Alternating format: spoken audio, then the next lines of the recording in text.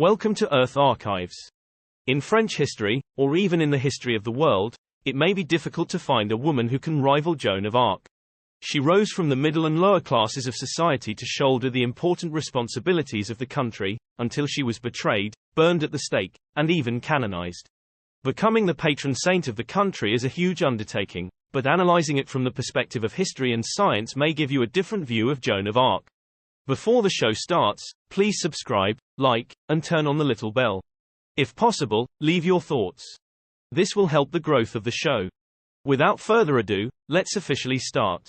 As many are aware, Joan of Arc began as a peasant girl who became a defender of the French nation during the 100 Years' War.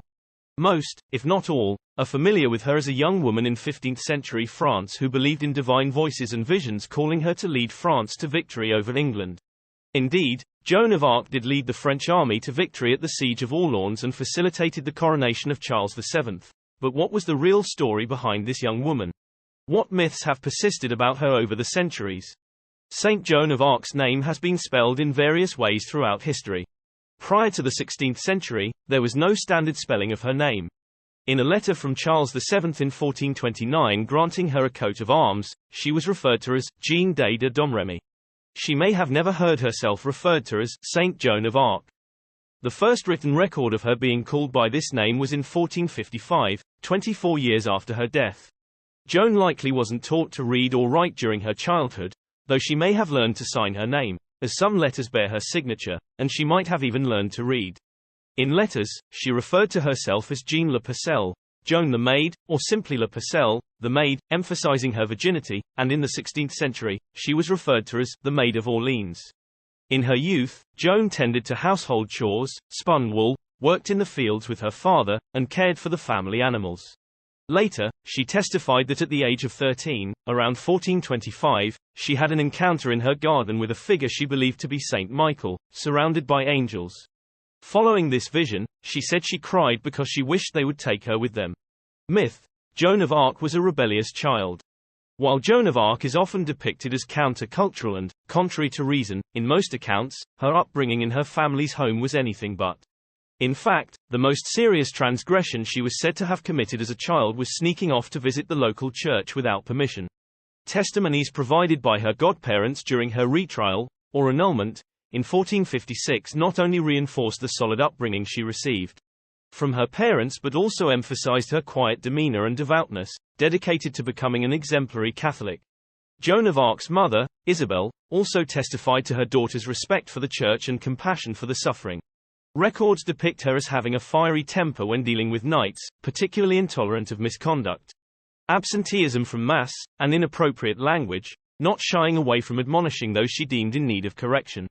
Myth: the voices she heard were caused by epilepsy or schizophrenia. Joan of Arc began receiving visions from God and hearing divine voices around the age of 13. Some perspectives suggest she suffered from mental illness with symptoms of delusions. Medical professionals have explored the possibility of conditions like epilepsy, schizophrenia, or other psychiatric disorders. However, studies suggest she was mentally sound, showing no signs of cognitive impairment or dementia.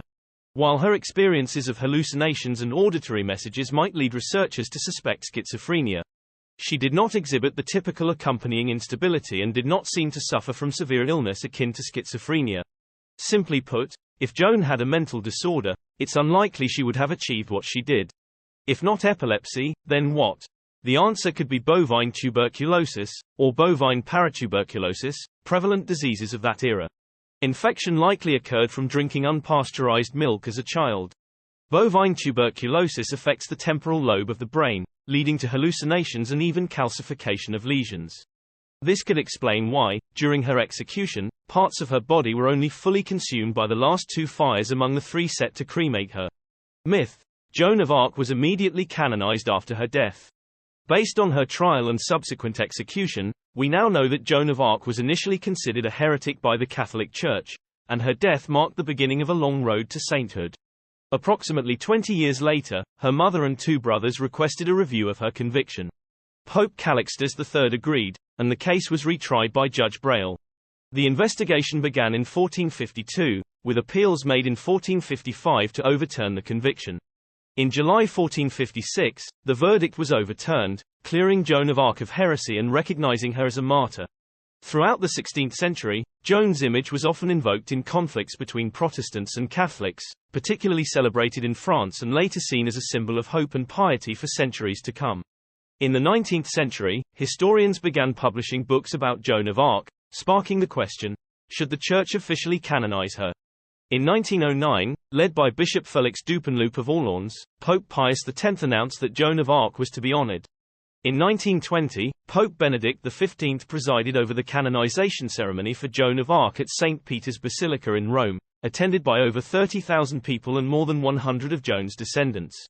Ultimately, she was canonized not for her military achievements, but for her unwavering faith and dedication to God. Joan of Arc, the young woman executed by the Catholic Church for heresy, is now revered as a saint and the patron saint of France. Interestingly, she is one of the few individuals in history to be excommunicated by the Church and later canonized. Fact: Joan of Arc never directly participated in combat.